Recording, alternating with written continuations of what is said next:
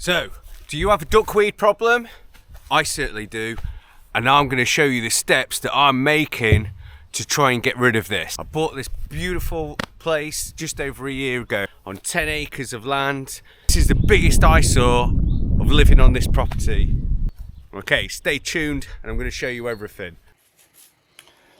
Okay, so I thought for this part of the video, I thought it might be best for me to come to my desk. That way I can just show some footage, show a plan of action of the sort of stuff that I've done research-wise into solving and improving the water quality and removing the duckweed from the pond. So I'll be sharing my screen, and currently at the minute I'm showing some aerial footage that I'd taken with my drone at the start of this project. So this was before I'd started any of it, and you can see what the status was of the duckweed. As you can see from the footage, the pond, it just looks like pea soup. It's a swamp pretty much, and you can see why I'm so passionate about improving, the quality of the pond.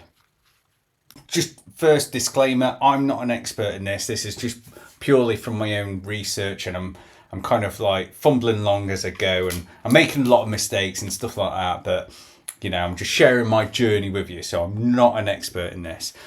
One of the key factors though that I learned around all of this was having enough oxygen within a pond is vital for the water quality, and especially if you're stocking fish within a pond.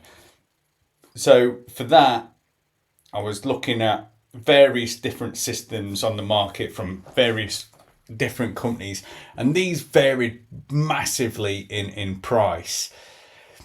And when I was talking to companies, they was helping me with consultancy sort of stuff in the sense of designing how the aeration system could work within my pond. And one company in particular, I didn't have a problem with them. There was very good, extremely professional. They sound like they knew what they was doing, and they wanted to install 10 aeration diffusers around the pond and have an air compressor set outside of the pond, plugged into the electrics, that basically pumps air through valves into tubes that are linked to diffusers within pond. And they wanted 10 diffusers in the pond and 2 air compressors out on the land that's converting, pushing the air down the tubes. And I was going to install a fountain as well, because aesthetically I thought it would look ace, in the pond, and especially looking out from the house and seeing a water fountain with LEDs and all stuff like that.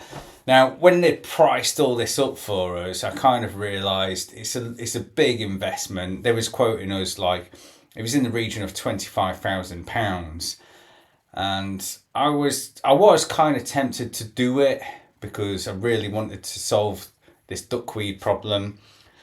But equally, as we've only just moved into this house, and I've got lots of different various other projects that I'm wanting to achieve, and I've only got so much money in order to do stuff. So, and the other kind of key factor is at that kind of monetary level, I kind of thought I want to understand it a little bit more better myself. So I then went off and found this other company called Water Garden, UK based company, and I basically found that they do a kind of similar system, and I researched what I'd need to do to self-install it as well. And I use a groundsman, and he's very handy with what he does. And I spoke to him about it, and we kind of decided that, look, we can do this ourselves. And the cost savings was massive. I think in total, we'd probably spent around £6,000 to £7,000 in comparison to £25,000. Now, if there weren't that much difference between it, I would have gone for the other company, and got them to install it all. That was one advantage. Within that £25,000, they was going to send in a team, and they was going to do it all. But the difference was, we did it ourselves, and I think we did a really good job of it. In fact, actually, I think it's worthwhile showing you what I did actually purchase from Water Garden. Now, these prices were at the time when I purchased all of the equipment and I purchased all this probably September last year in 2023.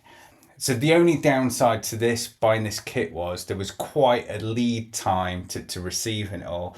I placed the order in September. I don't think I received the kit until November. So it took a few months for the company to actually, I think they had a manufacturing problem or something like that. Now, the good thing is they really kept us in the loop. The communication was excellent. They was apologetic about it. They offered other solutions and stuff like that. But I wasn't under any kind of real time pressure. I mean, it would have been ideal because I could have installed it sooner and I would have been far ahead on this project to where I currently was. But I had other stuff going on in my life at that time anyway. So it made no odds to me at that point of time. Now, I'm not saying they've still got that manufacturing problems now. You know, you might order a kit and get it in 2 weeks. I don't know. But that was the only sort of niggle I had. Apart from that, everything's been fantastic with them. Highly recommend.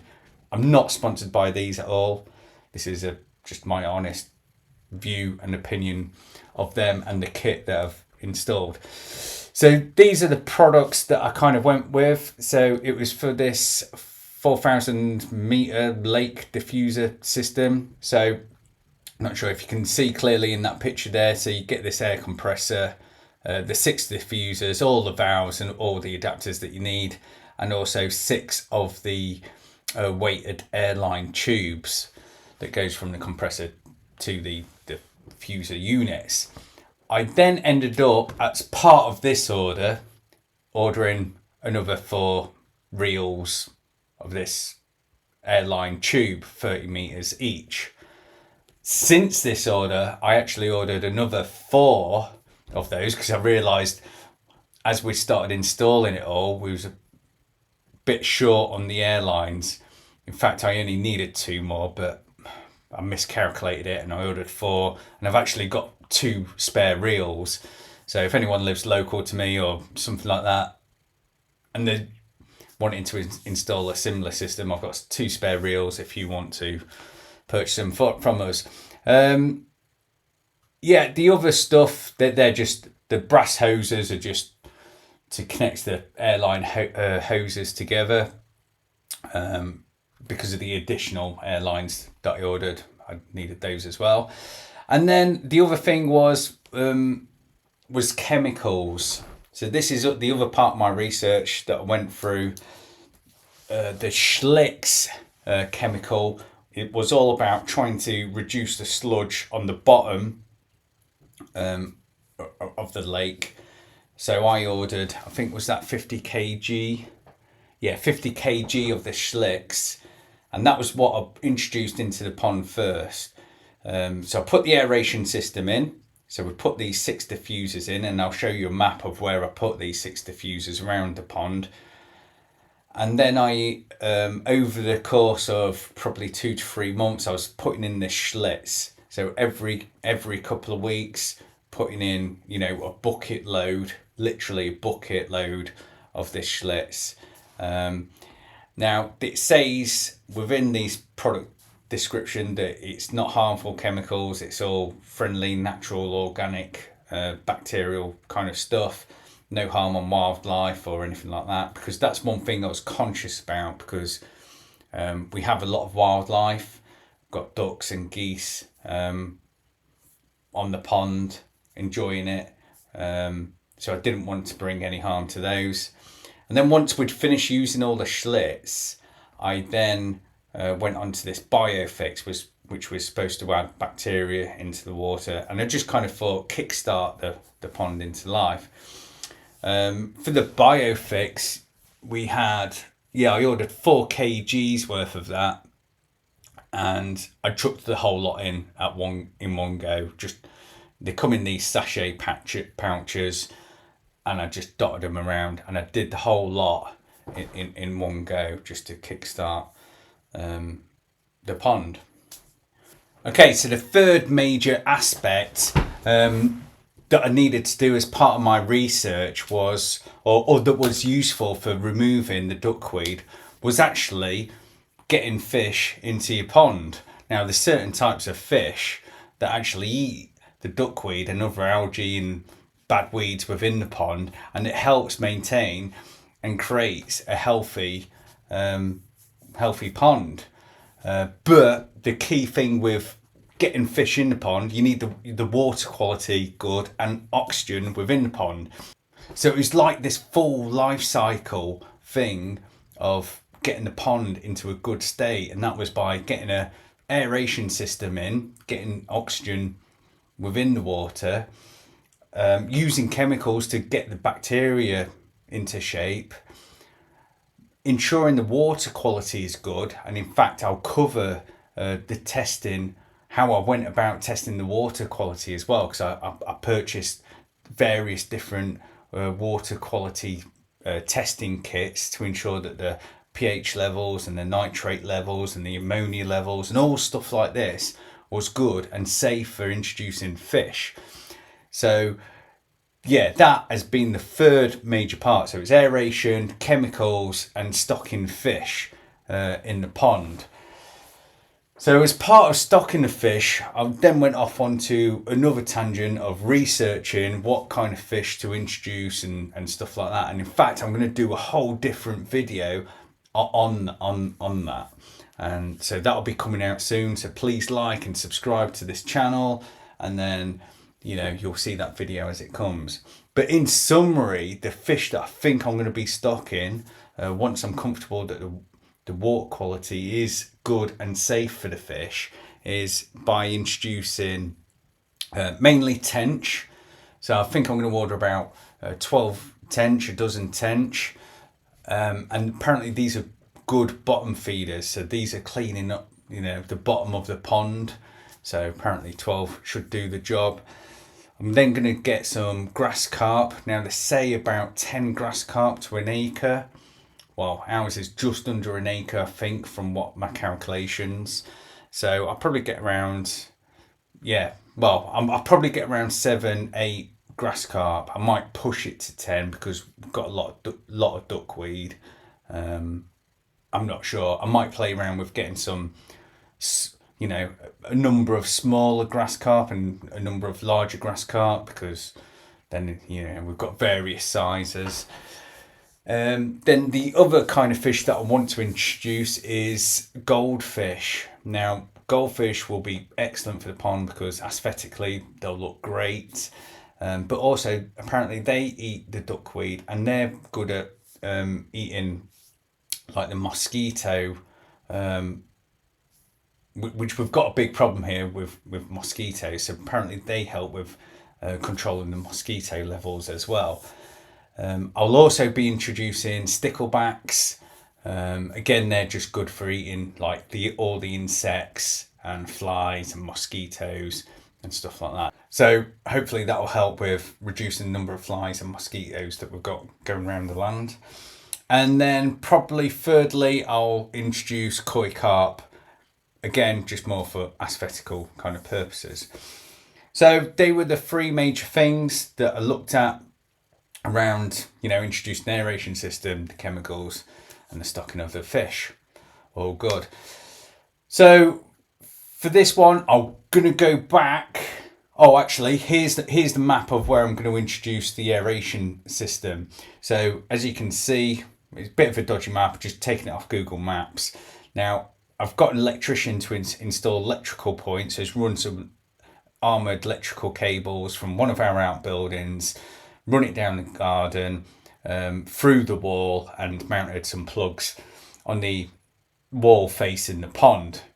Now I'm going to house an air compressor unit there, and then drill a hole through the housing of the air compressor and run these 6 diffuser airline tubes, dig them, mound them in, trench them into the garden, and then run them round the pond and place 6 of these units as highlighted on the map. So as part of the aeration system, it comes with this air compressor that needs to sit outside the water. And what I did was, we've got a bit of a brick wall coming out down here. So I've got an electrician to put in a electrical point right here. And then I've routed a cable all the way around the door and got this makeshift like storage box from B&Q.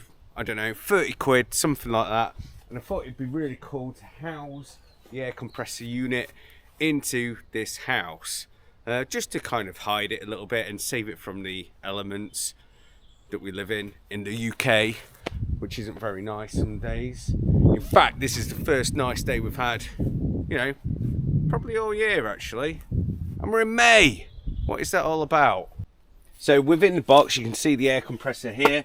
Quite a little thing. The extension cable that comes round comes into here, and the air compressor just simply plugs into it. I've just disconnected it for now just so that you can hear me. But what I'll do is I'll plug that in a second and you can see it all up and running. So the air compressor, it has this rubber tube connectors to it and this 6 adapter valve, so you can connect 6 of the diffusers up. So what I did was simply drill a hole in the side and run the pipes down and through, and then buried the cable all the way along here.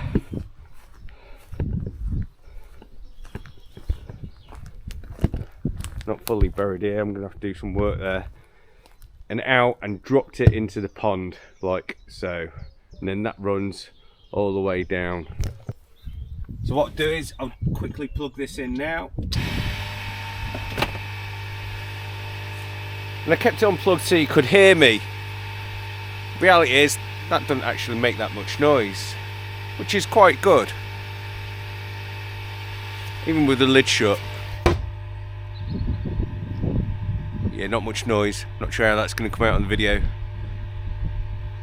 What I was thinking of doing as well with it was putting in some foam or something like that to hide the noise even more. But I don't want it to overheat, so I'm in this dilemma of what to do. If you know, got any advice for us, drop it in the comments below. I'd appreciate that. Okay, what we'll do now is, I've shown you on the map of where I was planning on placing the 6 of the diffusers for the aeration system. We'll just do a walk around now and you can see the water quality that's coming up. I'm going to do actually another video on the water quality testing, but I haven't had time to do it yet. But I will do that and I will post it online. So make sure you hit the subscribe button so you can see the future videos.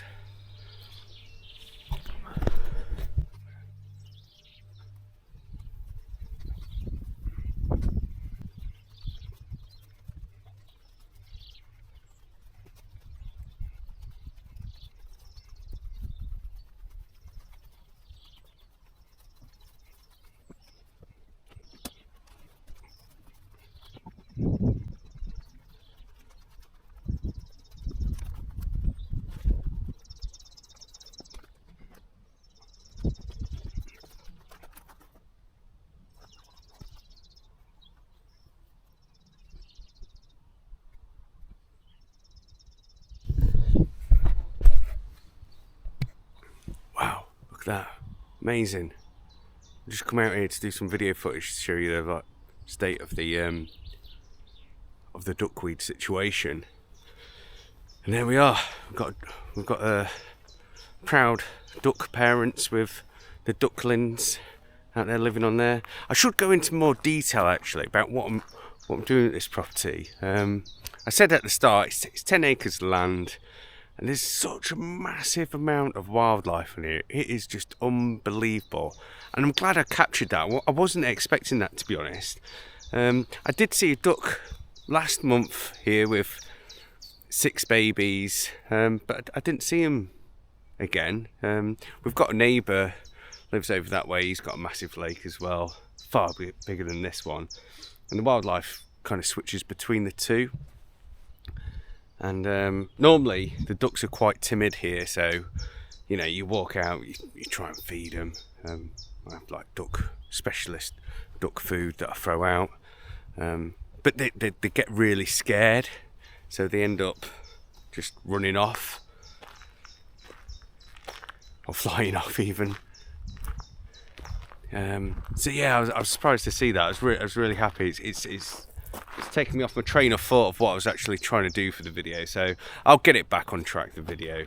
But you know, that's a proud moment. I'm still stood here looking at them, because we've got geese as well. I'm not sure where the geese are at the minute, Well, actually, there's one over there. I don't know if you can see it. Let me turn around, and it's really hard because I've got my sunglasses on, and like I'm getting used to this filming sort of stuff. Don't know if you can see it.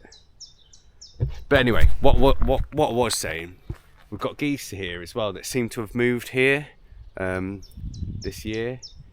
And again, they're proud parents. They've got 6 gooselings. I think they call it goslings. Do you call it goslings? Goslings. They've got 6 goslings, baby geese, if you're not that familiar. And yeah, that's quite beautiful to see. I'm not sure where they are at the minute. They're normally not as timid. You can't hand feed them, but because they do run off, but they're not as timid as the ducks, which is a shame, really. Last year I was really trying to get the ducks like to be friendly, but they just don't want to be. I don't want to force it. Anyway, what I was saying, wildlife here, yeah, it's amazing. We have deer. We've got hundreds of rabbits, like too many rabbits. You get pheasants, obviously the ducks, massive amount of birds. Some nice birds. I'm not a bird specialist. My groundsman that comes here to help me out, he names all the birds, and he's a big bird fan.